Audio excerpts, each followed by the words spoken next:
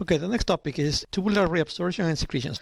Proximal convoluted tubule, where you're going to have reabsorption, as you can see in there, and secretion. So let's take a look at this figure right here. And this is a proximal convoluted tubule. So what's going to happen in here? We're going to secrete and we're going to reabsorb. So as you can see here, for example, we are absorbing water, this passive transportation. We secrete. Take a look at this arrow, for example. You see the hydrogen going this way and the sodium going this other way? These are pumps. So then what type of mechanisms we have in the proximal convoluted tubule? Active mechanisms, such as pumps, or passive mechanisms, such as osmosis and diffusion. So in this proximal convoluted tubule, there is reabsorption and secretion. Reabsorption and secretion of what? Basically salt, glucose, nitrogenous waste, and water. Right there, you have sodium chloride. Other electrolytes, such as, for example, hydrogen, glucose. We filter glucose, but we reabsorb it. Why? Because we need glucose in order to form ATP. Nitrogenous waste, remember we said the nitrogenous wastes are urea, uric acid, creatinine, and ammonia. Very important to remember is that we don't eliminate the whole entire nitrogenous waste. We eliminate enough in order to have a normal life. Next one is water. We said that is by osmosis. It follows, for example, sodium. Uptake by peritubular capillaries, that's by osmosis. That's what you do with water, right? Osmosis helps you reabsorb the water back into the circulatory system. Then we scroll down. Transport maximum, there's only a certain number of pumps that can allow us to transport glucose. Tubular secretion, like we filter urea, uric acid, but we also secrete these nitrogenous waste into the tubes in order to eliminate that. Nephron loops, secretion and reabsorption, but this has a very important purpose. If you can see here, is to generate osmotic gradients that enable the collecting duct to concentrate the urine. Basically, the nephron loop is going to secrete and reabsorb, yes, but with the purposes of making the job of the collecting duct easy. Distal convoluted tubule, again, it secretes and reabsorbs, but in this case, this is controlled by hormones. Hormones such as what? Such as aldosterone. Aldosterone reabsorbs sodium from the tubes, and water follows the sodium, and that's how you reabsorb sodium and water into your blood. Natriuretic peptides, such as, for example, the one that you produce in your heart, called atrial natriuretic peptide, that one inhibits the absorption of salt. If you inhibit the absorption of salt, water doesn't follow, therefore you don't increase the pressure in your blood. Antidiuretic hormone, that one is going to help you keep water in your body. You don't urinate a lot. Cases in which you need water in your body, like when you are dehydrated. Parathyroid hormone, this is related to calcium. The parathyroid hormone is going to work to increase the reabsorption of calcium from the tubes back into your blood when it's necessary. And if we keep scrolling down, that's about it. So the next topic is water conservation, and this happens at the level of the collecting duct. Right there, the collecting duct, which is this one.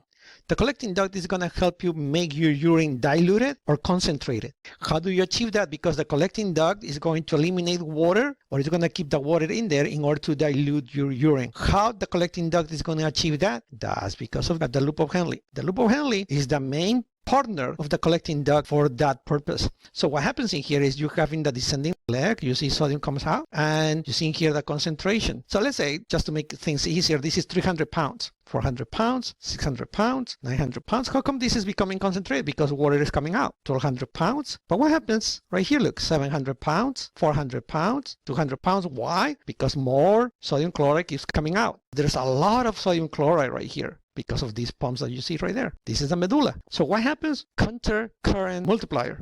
So this is not concentrated at all, right? Because it's just 100 and you have a lot of water in here. So whatever is going to turn into urine reaches the collecting duct. Let's say you are dehydrated.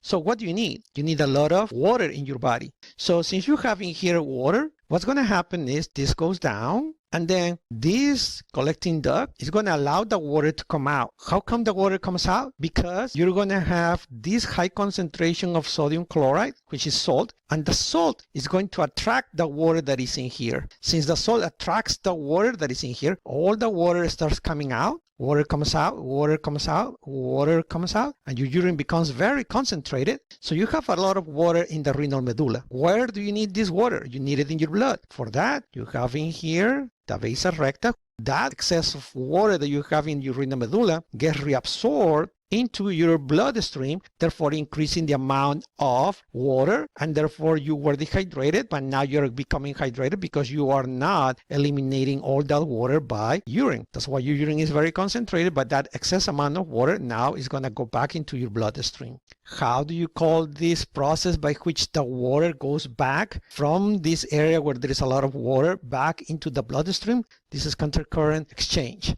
So let's keep scrolling down. And that's what you have in there, the counter-current exchange that happens in the vasa recta. And we keep scrolling down. You see in there all the hormones that affect the reabsorption and secretion of substances in your kidneys. So this is the reabsorption and secretion that is necessary in your body in order to maintain homeostasis. Collecting duct allows the water to come out because in the collecting duct, you have the antidiuretic hormone. The antidiuretic hormone works in the collecting duct, promoting the formation of some channels in here. It's a lot of channels, and these channels are specific for water. So you have in here an excess of sodium chloride that is going to reabsorb the water, but also the collecting duct is going to help by providing all these channels that will allow the water to come out. And that's what's going to happen in the cases of dehydration. So what happens when you are not dehydrated? Then you don't have the channels, so you don't reabsorb the water, so your urine is not very concentrated, right? It's just normal. Okay, so that's about it for this part. Okay, the next topic is urine and renal function test. So composition and properties of urine. We have appearance, has certain color, right? Can be clear to amber. Odor, right? Has specific gravity, osmolarity, pH, and you can see that in here. There are two basic characteristics, physical properties, and the other one are going to be chemical characteristics. Chemical composition, you have salt, potassium, phosphate, calcium, and nitrous waste. You're supposed to have urea, creatinine, uric acid. Those are normal findings in urine. You don't find, for example, glucose. Glucose is an abnormal finding. You don't find blood. That's an abnormal finding. So these are normal findings. Physical characteristics, basically a specific gravity, osmolarity, pH. Urine volume is approximately 1 to 2 liters per day. We already covered that. Diabetes, find glucose only if there's too much glucose in your blood that cannot be reabsorbed. Renal function test is to verify the function of your kidneys, which is going to be decreased in the case of diseases.